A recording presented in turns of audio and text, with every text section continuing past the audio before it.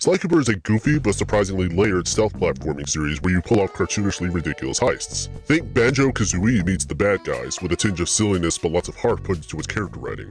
And all the thieving misogyny of Persona 5. It's a series where you have a swearing contest calling a pirate a hairy-palmed whale fart, a game where one of the missions is a drinking contest at a lemonade bar followed by a bar fight. It's hilarious. Look up anything about disabled characters in gaming and this series is almost guaranteed to be mentioned. But while it's been mentioned, I haven't really found any in-depth analyses discussing the portrayal of disability within the series.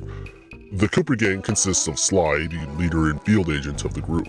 They only steal from other criminals and have built a reputation of being the best thieves there are, only stealing from other criminals and enacting justice in the process. Or just stealing chocolate for the hell of it. Sly's family was murdered by a gang called the Fiendish Five when he was a child, leading to him growing up in an orphanage where he met his two brothers and teammates. We have Murray, the wheels man and muscle of the group. Think James from Pokemon if he was a wrestler gym bro. Turns out TMNT wasn't the first series to give us a queer-coded hippo. Sly's other brother is Bentley, a snarky turtle with some of the best lines in the series. He's the strategist and hacker of the group. Bentley is the man of the hour for most of the video since he's usually who people are talking about when discussing disability representation. Bentley is injured at the end of the second game and uses a wheelchair from Sly 3 onward. Bentley also has asthma, but this doesn't really come up much in the game other than him saying he has it. During their heist, they dodge the policewoman set on catching Sly and bringing him to justice, Inspector Carmelita Fox, Sly's rival and love interest. They have a Batman-Catwoman thing going where Sly evades her, but they also team up on several occasions. Both of them rescue each other in several instances. The game makes sure to give them plenty of flirty moments. I want to take a look at the series as a whole and look at what it does well and where we can improve with disability representation. Because in doing the research for this video, a lot of the language and ways Bentley are talked about are not fantastic. When talking about a wheelchair user, avoid language that frames wheelchairs, mobility aids, and medical equipment as inherently burdensome or restrictive. Things like calling someone wheelchair-bound, confined to a wheelchair, or framing people using mobility aids as giving up are harmful, because mobility aids and devices are liberating. Likewise, there's a difference between saying someone suffers from a disability versus saying they have it. Ableism and inaccessibility are more restrictive and confining.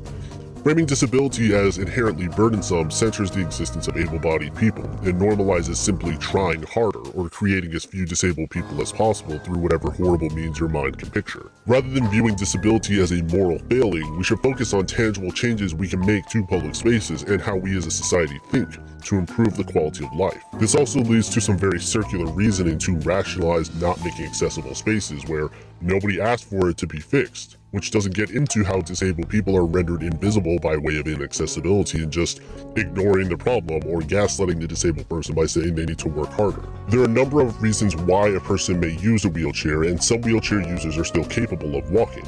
There's this constant spectacle and a lot of comedic content on social media of catching disabled people faking their disability, one of which is a reaction to a wheelchair user briefly standing up or even walking, followed by an over-the-top reaction. Works written by able-bodied people will often have a moment where a disabled person will just stand up and some wheelchair users can still walk. Now obviously this is not the case for every wheelchair user, but it's not your job to interrogate someone's disability to catch the faker. It's best to treat mobility aids or equipment as an extension of a person's body when it comes to boundaries, so ask them for permission before touching anything. Some wheelchair users put spikes or other things on their chairs because of people pushing them and moving them without consent. There's nothing deep to say about this, just don't do this. First, as many wheelchair users will tell you, this is dehumanizing and treats them like objects in your way. It robs wheelchair users of their autonomy.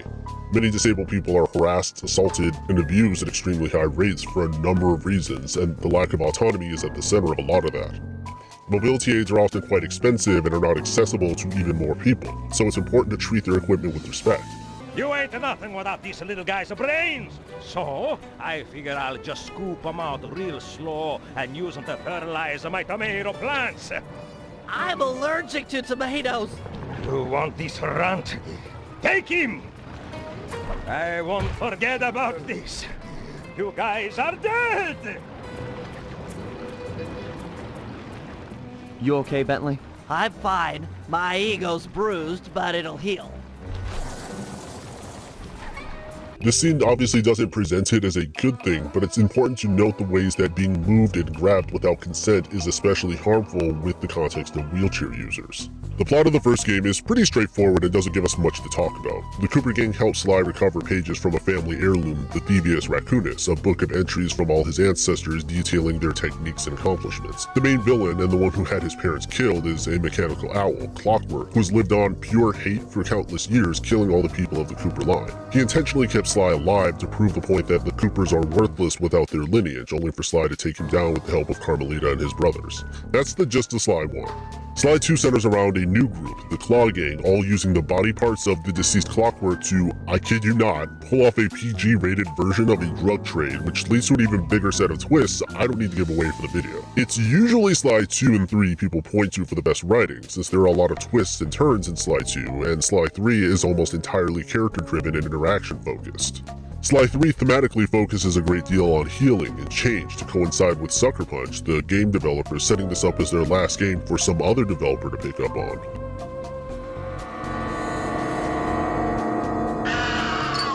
There are two villains I want to discuss people might not think about in the context of disability, the Contessa and Arpeggio. That eye belongs to me, and I want it back. No way. You think I'm crazy? Actually, on second thought, don't answer that. I really don't want your professional opinion. The Contessa is the antagonist around the halfway point of Band of Thieves. She's an Interpol police warden and hypnotist who specializes in rehabilitating criminals. The two levels you have with her are set in a haunted Gothic castle, full of ghosts with a particular focus on a re-education center, with it also being heavily implied she married and murdered her husband to inherit his castle. You see the effects of this hypnosis during a jailbreak mission where Murray is being fed spice and put in an agitated state because of hypnosis device, and in a later level find Carmelita captured and the Contessa's attempts to brainwash her. The Contessa's levels are my personal favorite in Sly 2, so anything I say here is with love, but these ideas don't come in a vacuum. Aesthetically, it's a mix of a prison level, a haunted ghost setting with mystical elements, and most importantly as an asylum, drawing on a number of tropes surrounding the allure of a haunted asylum. However, asylums are spaces that exist where disabled people, or those labeled as such, are institutionalized and forcibly kept in unsafe and unlivable conditions without consent. You know how there's that whole thing about the right-wing attack saying that trans people are mentally ill or Rona is all over and anyone still talking about it is just paranoid? Those are some examples, but also disabled people are forcibly institutionalized instead of us structuring society to be more inclusive. It's the end goal in branding people as disabled, whether they actually are or are not, and weaponizing that as a means to institutionalize them. People are forcibly kept in unclean and unsafe conditions, tortured, not given medical care, physically restrained, sexually abused, and killed, among several other deeply inhumane things. Not enough people view the industry of healthcare in general, but also psychiatry specifically, as an enforcer and tool of carceral violence. Inconceivable! She's no healthcare professional! Oh, yes she is, Bentley, in the worst way imaginable. You might be thinking, though, that this isn't a problem on the grounds that the Contessa is a villain, and the game frames her behavior as an obviously bad thing. Like always on this channel, we try to get away from the good-bad framing and talk about what it normalizes outside the fiction. Asylums are not a thing of the past, and forcibly institutionalizing disabled people and robbing us of our autonomy through things like conservatorships and institutionalization are still very much a problem to this day. Asylums show up in media as a stock horror setting, often going hand in hand with haunted houses or ghosts. The problem lies in how the premise is still reliant upon us agreeing that the main role of these institutions is in helping or benefiting people, that the people placed in psych wards are actually unsafe people, and how the entire concept has been commodified in a way that shifts away from the horrific abuse that has happened and is still happening. Pennhurst Asylum, formerly known as the Eastern Pennsylvania State Institution for the Feeble-Minded and Epileptic, is now a creepy haunted attraction you can pay to explore. In its early years, the institution was part of an effort to segregate developmentally disabled people and prevent them from reproducing, particularly feeble-minded women and girls, who they believed were more of a menace to society than a feeble-minded boy because they were capable of having numerous defective children. The term for this is eugenics, the belief that people can be improved through selective reproduction.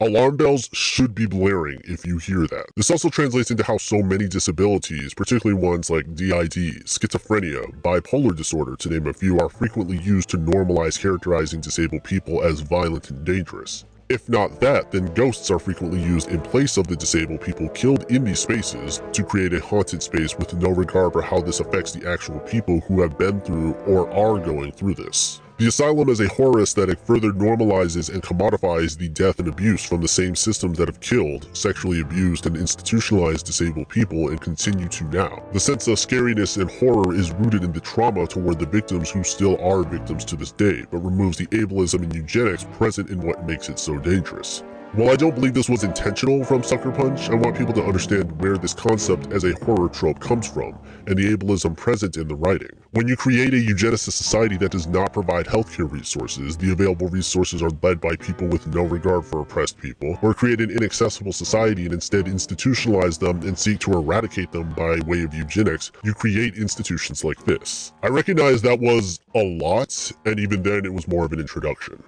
Perhaps you'd like to take out some frustration by engaging in a physical battle with me outside the town square. Look, if you don't got nothing to say nice, then don't say nothing at all. Get it? I get it. You got nothing nice to say, so you're keeping quiet. That's real cute. You really got nothing nice to say? That's cold. Immortality! Immortality is what I seek. The next villain I want to talk about is Arpeggio. He runs into a common pitfall in that he's the disabled villain. He's an engineering parent who cannot fly and seeks to reassemble Clockwork's body to claim it as his own and achieve the immortality that comes with it. The important element is how Arpeggio's villainy is intrinsically linked with his body and disability.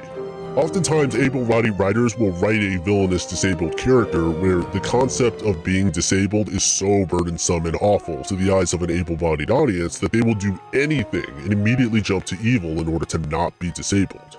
You can see this in how a lot of dialogue about or with Arpeggio reviles in how pathetic he is and how the story frames his inability to fly. But he never managed to keep up with the other boys physically. Sadly, his wings, due to their small size, were useless for flight. Furious at his feeble body, he focused his powerful mind to search for a cure in the works of the Italian Renaissance masters. When fully powered up, I'll join myself to its circuits and be born anew. All this because you can't fly. You're pathetic. Disabled villains are usually harmful for several reasons. One, either because their disability, particularly facial differences, prosthetics, or other signifiers of said disability, are used as visual cues that these are dangerous, untrustworthy people without regards for people who actually have those disabilities. Disabilities are also often just the butt of the joke. This can be done with disabled characters whether they're the villain or not, but when they are, it is ultimately for an able-bodied audience to laugh along with. Another common trope is when we introduce a character as disabled, only to reveal that they were faking their disability the whole time, and that we should have been suspicious of them, imparting the concept of viewing disabled people as inherently deceptive. Any legitimate commentary about ableism with these villains ends up being thrown out the window by the fact that the representative for that position was also the villain. You can see this in how facial scarring of characters will differ based on whether a character is heroic or villainous. In the case of disabilities like, say, autism, even sympathetic characters are still framed as useful to society for what they can contribute, which brings its own set of problems. This can also be gendered too, as Hollywood still wants to objectify people. So someone of a marginalized gender will often still be designed to be as conventionally attractive as the story will allow.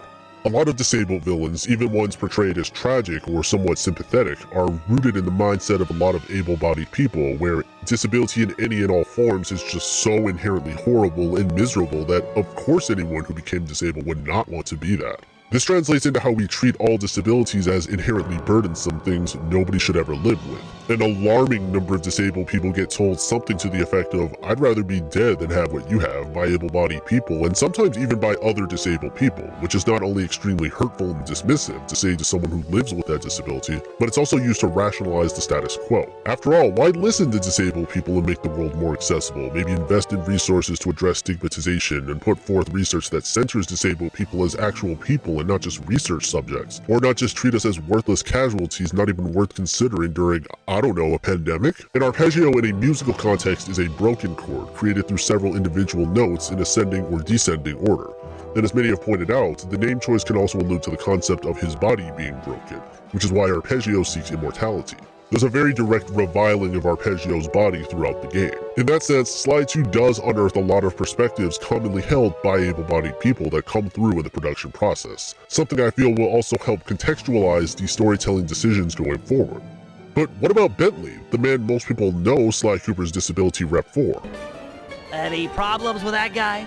Said he wanted to be buried in his mom's pasta sauce. Yeah. That's strange. There was a promotional comic that came out as a midquel between the events of Sly 2 and 3. Throughout all of Sly 2, things spiral badly out of control. The Cooper's gang's plans fall apart, and they often have to improvise, barely succeeding in several of the levels and flat out failing in others. This game is a ride. Bentley is injured during the final boss, leading to his disability in Sly 3, Honor Among Thieves. While fighting the reassembled Clockwork, Murray has the idea to have Bentley remove its core, while Murray holds its mouth open. Murray's strength gives out and leads to Bentley getting injured from Clockwork biting his legs. The game ends with Sly sacrificing himself to the police in exchange for his family's freedom. He doesn't know they put together a chance for him to escape, and he makes off, but this sets up for the events of Sly 3. Sly breaks into a prison to contact someone named McSweeney, who is a partner in crime to Sly's father, and tells him about a vault that houses his family's accumulated fortune. Sly wants more knowledge on his family, so he gets info about a map and sets his sights on stealing it. That goes horribly, as Carmelita investigates their most recent crimes and sees how sloppy they are and how their team is incomplete and not up to their usual quality of thievery. Bentley is still hospitalized and recovering. They're trying to break Bentley out because they're still criminals, and because Sly escaped his arrest, Bentley will presumably be arrested after his hospitalization. Both Bentley and Murray express how they don't feel they should be part of the group anymore. Murray in particular being racked with guilt that it was his idea to have Bentley shut down Clockwork. He believes it was his lack of strength that led to Bentley's injury and trauma. One of the biggest themes of the series is the way Sly doesn't view himself as the most amazing guy in the world, and will always credit his reputation to that of his team.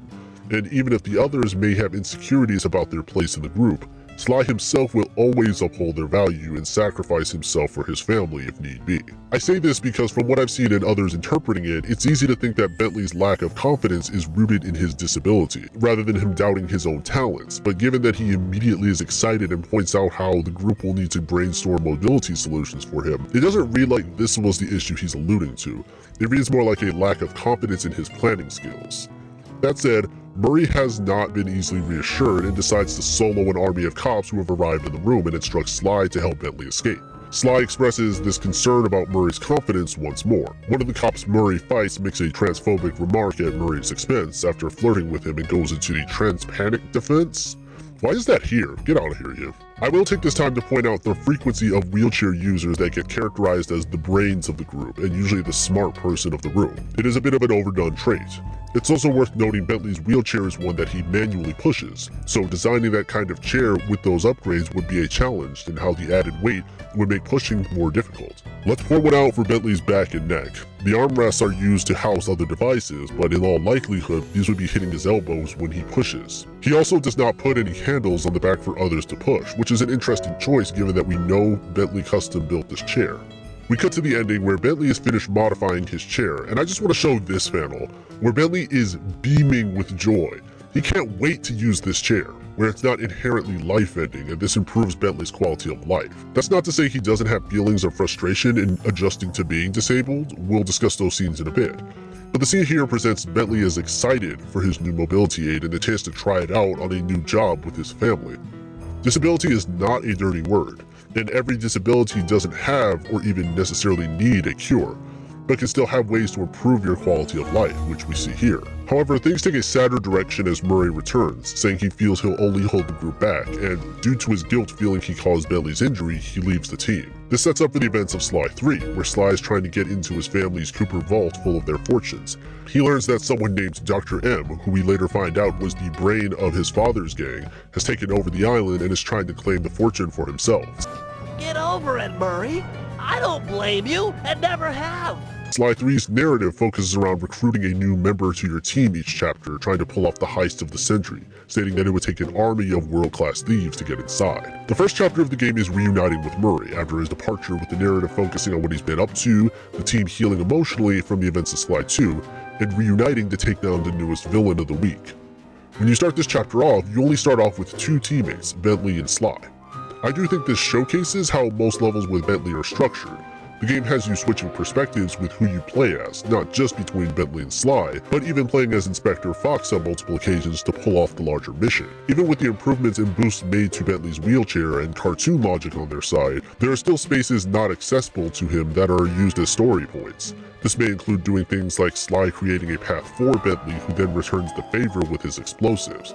These are just two brothers playing off their strengths. Sly 3's biggest strength is in how Bentley is one of the main characters and not just a background character. He goes from being a snarky background helper character in his debut game, to a playable character with an entire level where he leads a rescue mission on his own in Sly 2, to becoming the deuteragonist of Sly 3. So choosing to discuss Bentley's disability doesn't shove him in the background, instead it pushes him even closer to the center stage. They come up with organic ways for Bentley to still be in the goofier action moments of the series. Many articles, discussions, and posts about Bentley as a disabled character often reinforce a harmful and ableist belief that he is a good disabled character because he's a genius able to engineer a solution that doesn't allow his disability to slow him down. Whether explicitly mentioned or not, the discourse surrounding Bentley repeats this narrative in some way and falls into a line of trying to exceptionalize Bentley's actions. This reinforces the common belief that disabled people are sources of inspiration, which again erases the need for discussing support needs. It erases disabled people who simply cannot do certain actions, which is not a bad thing, and the way our society values people entirely for their ability to contribute to a predatory society that exploits our labor. Disabled people don't need to be exceptional or hard-working, and unpacking the way people, disabled or not, live under an exploitative society is central to disability justice. Saying that a disabled character is good disability rep because they're a genius savant who managed to work entirely around their disability and be on par with everyone else does more harm than good. This happens a lot with disabilities like autism, which is why things like the autism is a superpower does more harm than good as well. The next major scene is when Sly and Murray reunite for the first time in a while, and Sly learns that Murray has renounced violence. I will critique one line choice from Sly here, as it's a small but important distinction.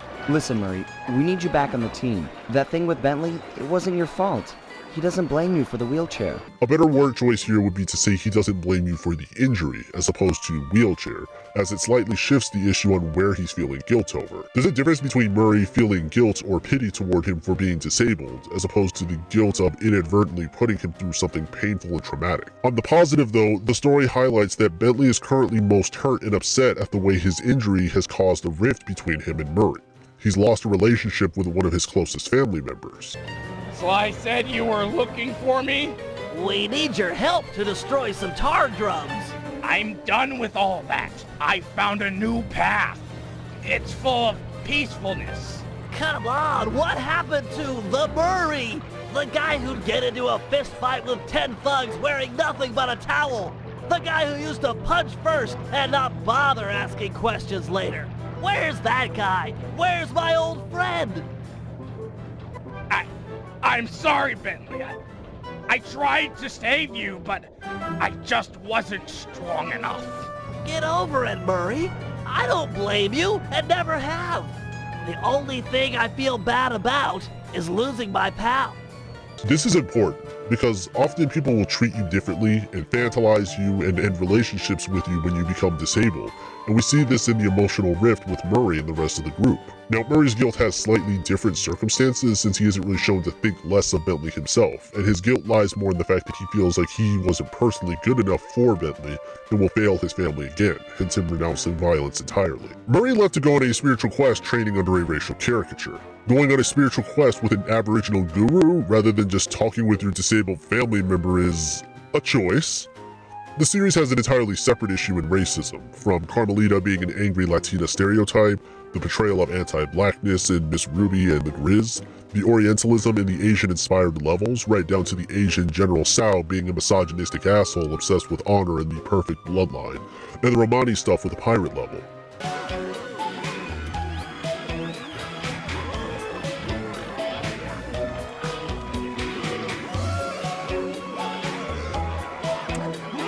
This is why it would have been extremely beneficial to draw a different inspiration source than country stereotypes associated with each level. The next scene to discuss is the climax right before the boss fight. Don Octavio just bombs Italy, and Bentley confronts him as they manage to foil his attempts to pollute Italy with tar.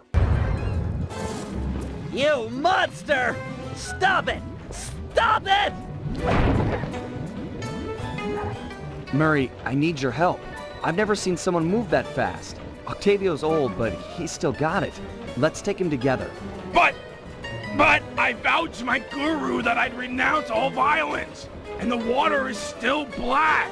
It'll be clear any minute. Trust me. Now, let's take him. You're right to be scared, Hippo. Your wheelchair friend should have been so smart. Murray! Help!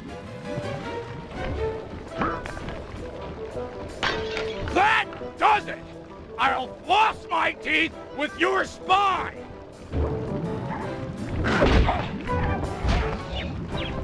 The Murray returns!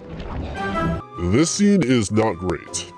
Sly 3 does reserve its most overt ableism for its villainous characters in Don Octavio, Mugshot, and Captain Lafouille. But scenes like this are still reliant on the helpless disabled person trope at Bentley's expense, where he's literally kicked to the ground and stripped of his autonomy in order to center the agency of an able-bodied character. It makes narrative sense in how this is the moment Murray decides to resort to force and the game switches to him for the boss fight. But the problem is in the way that it frames and uses Bentley as an object to that end. The same trope will be used a second time in Chapter 5. Chapter 1 does have its share of issues, especially that last one, but the biggest strength of this chapter lies in the discussion of healing and the ways the group is trying to regain their confidence after beating Clockwork. There's not too much to talk about disability-wise in Chapter 2, other than there's a funny bar fight scene where the entire game has a brawl after a lemonade drinking contest. I will say this: as we progress through the game, we see that Bentley gets characterization that both directly relates to his disability and moments unrelated to it, and a mixture of things that incorporate him processing being disabled. A lot of people will often use a phrase like saying that he's written in a way that doesn't define him by his disability, but I think a better phrasing is that he's not tokenized or minimized. Often when people think of good representation means making it so minimal, being so unwilling to make a stand of any kind, and keeping anything too uncomfortable but valued to discuss so closely under wraps that a disability might as well be a trivia about a character. On another interesting tangent, because the team lost their signature van they used to travel between levels in Sly 2, they take flights to get around in Sly 3 until one of the missions where they recover it. This isn't a criticism or anything, but more an opportunity for more storytelling for what they could have used with disability. Any wheelchair user out there will tell you that airports are absolute havoc for how many of their chairs get seriously damaged. And in Bentley's case, remember, he upgraded his chair with actual explosives and rockets. This could be another opportunity, but these are a few things to keep in mind. That's what brings us to Chapter 3.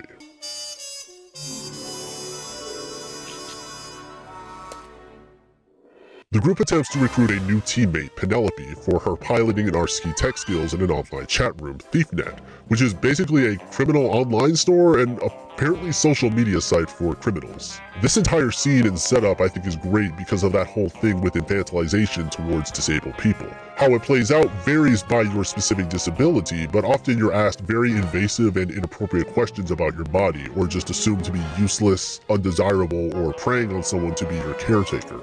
But they don't do any of that shit, and Penelope and Bentley become a couple by the end of the game with a lot of sweet moments. It would have been really easy to make this into a moment about ableism or something, but it's a funny meet-cute scene. On paper, the premise sounds horrible as they both catfish each other, but they do it in such an absurd way that it honestly kind of works for me because they don't even Photoshop their profile pictures. They just cut out a picture of their heads. In Penelope's case, her hand is still in the shot and they just taped it over someone else's body and called it a day, which leads to a little moment where they react to it. You're a heck of a woman. I know, that's what my homepage says. Another point is that while Penelope is ultimately a love interest character, she isn't written with just that in mind, as she befriends the main trio and not just Bentley. There's a brief subplot where Penelope crushes a bit on Sly, but it's only that. Sly doesn't act on it and Penelope just thinks she's attractive, but still makes it clear that they don't have much in common beyond that. She also hits it off well with Murray, especially since the two share a mutual interest in mechanics. That's not to say the game is without its issues, but instead to point out that a character like Penelope, a woman who exists in a space with very few women in the game and even fewer handled well, is extremely welcome. I hope nothing screws that up.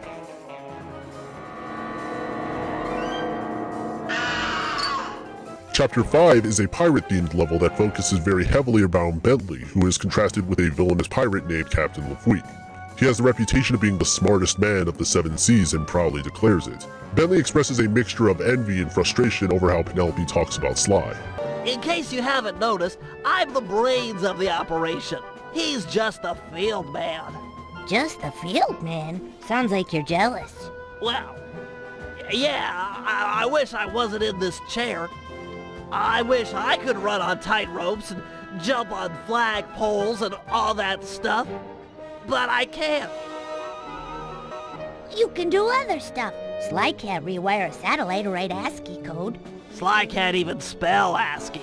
Yeah, he's not the most technical guy. Hey, let's get moving. We won't find the back entrance just standing around. Oh, sorry about that standing comment. Give me a break, Penelope. It's just an expression.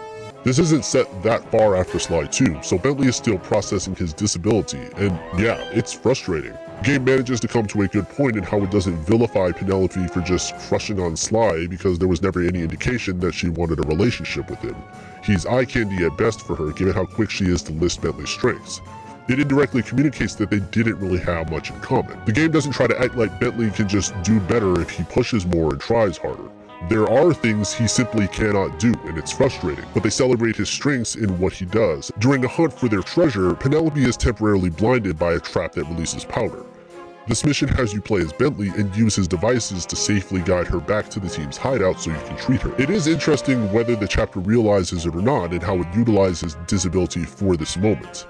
And I appreciate that they don't do the thing where the able-bodied character learns to be a better disability ally now that they've experienced it firsthand, as that often imparts the idea that you can't learn if you don't know what it's like. During the climax of this chapter, Penelope is captured by LaFouille, and the final mission is a rescue job to save her, capped by the outsmarting of LaFouille and the team managing to free her. I feel the damsel in distress plot could have been handled better, because while it has a major subversion in it by the end, it's also one that introduces another problem. You see, you don't play as Sly or even Bentley for the boss fight. You play as Penelope. This is the same thing that happened in Chapter 1 with Murray and how it utilizes the helpless disabled trope on Bentley, which isn't helped by the damsel in distress tropes peppered throughout this chapter, like how Bentley is described as having one Penelope. LaFouille is also a weird case because he's ableist toward Bentley, in particular his use of an ableist slur toward Bentley. But the story doesn't really contend with how LaFouille is disabled too in his eye patch, peg leg, and prosthetic hand. Lateral ableism is a thing, but it only seems to recognize disability as an aesthetic, where you can point out traits of a character that technically does make them disabled, but it's treated as more a costume or cool aesthetic by the creator. A good example is Legend of Zelda: Tears of the Kingdom. Link is injured and loses his arm at the start of the game, which is followed by him getting magic emergency surgery to have a superpowered arm fused to him instead. This arm works just as well and grants Link superpowers. He still has gloom in his body, which is how the game represents his HP and stamina being returned to standard, and it's all erased by the end of the game anyway. Having elements of magic or superpowers tied to disability is not inherently bad. There are plenty of examples of it handled well, but it can also be mishandled very easily, so tread cautiously. Also, LaFouille is one of the only villains in the series to not be arrested, as he's just dead, eaten by sharks. That is it. It's no secret, I'm smarter than the other guys. But there's more to it than that. Like what? Like brotherhood. Brotherhood? That's just what he wants you to think. It's a tool to keep you in line. No, that's the thing that keeps us happy and alive. It's why I'm going to stop you. Chapter 6 is the final chapter of the game, and like many of the foil villains, the final boss, Dr. M, was a former partner to Sly's father, acting as the brains of the operation. Through his interactions, we have the idea that Sly's father wasn't a great partner to him, as he has nothing but resentment toward his father. And we the player don't have anything to go on, so for all we know, he's completely right. But he still projects onto the whole family, onto Sly, who treats his team as far more equal in a family, and not as units to deploy. This comes to a head as Sly ends up getting captured and sustains a concussion when he sacrifices himself for Bentley's sake, something Dr. M takes note of. This mission centers a great deal around Bentley taking the lead in Sly's stead, with Sly getting rescued by Carmelita at the start of the game and him deciding to stop playing around and make a serious relationship work if he manages to survive, and the game pulling an Ocean's 11 style heist to get into the vault. We have another scene where Bentley confronts Dr. M this time, and while he's had his insecurities over feeling like Sly treats him as less than, he quickly hardens his belief that Sly is his family, and would happily do anything for him. Dr. M even points out how he doesn't have any desire to fight Bentley, pointing out that they're the same. This isn't directly disability related, but I appreciate that while the disability portrayal has been messy at points, that so much of Bentley's character integrates his identity as a disabled person with other elements that tie into that. It doesn't tokenize his disability, and the final villain has a confrontation with him entirely because of his relationship to the Cooper family, a fight that Bentley is initiating, not Dr. M.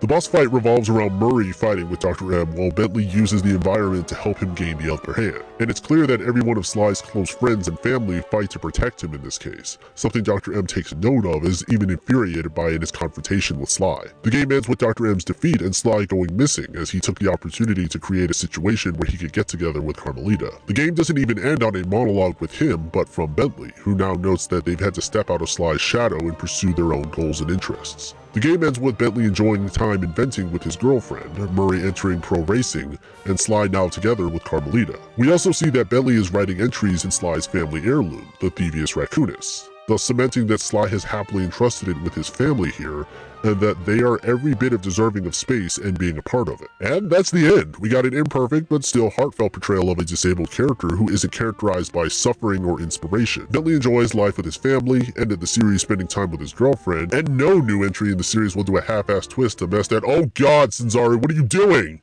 Yeah, bust a move, Carmelita. How about I bust your face, Cooper?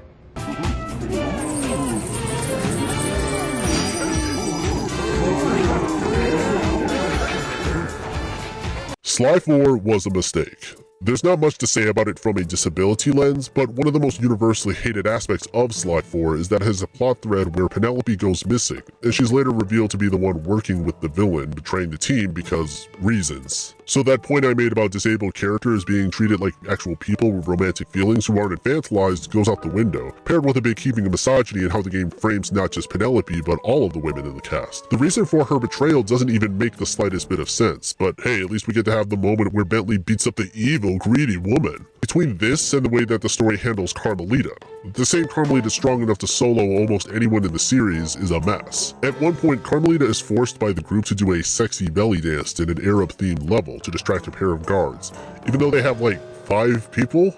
Because the series didn't have enough of an Orientalism problem, I guess. It's made worse by how Sly teases her about it, knowing full well she's uncomfortable with this, and even tells his now retired ancestors to enjoy the dance. Shit, man. The trope of putting girls and women in sexually uncomfortable situations for the amusement of the player needs to be burned to the ground. Misogyny is one of the biggest problems the series as a whole has, but there's particular focus to Sly 4 in the hyper-sexualized redesigns of Carmelita and Penelope, with the constant gross shit like this peppered in with the constant fat phobia and racism that goes alongside it. There's a unique irony in the discussion of disability portrayals in a game where Sony most likely mandated motion controls because fuck accessibility, we need a Rocky montage. Sly 4 is disappointing not just in how it doubles down on issues that were present throughout the series, but how it takes a disabled character who defied a very common issue in portrayals of disability and just completely throws it in the trash. In terms of disability, we do have a brief mention that Toothpick, probably the most popular villain in the game, becomes deaf and has sensitive hearing, which he used during the level he's introduced in, but it's not much of note to analyze. All things considered, Sly Cooper was a messy series, and one that would have improved from having writers better experienced in these things. The trilogy wasn't without its issues in writing, but that's why the leadership for Thieves in Time needed to be people able to recognize these things and bring the series into a more fresh format,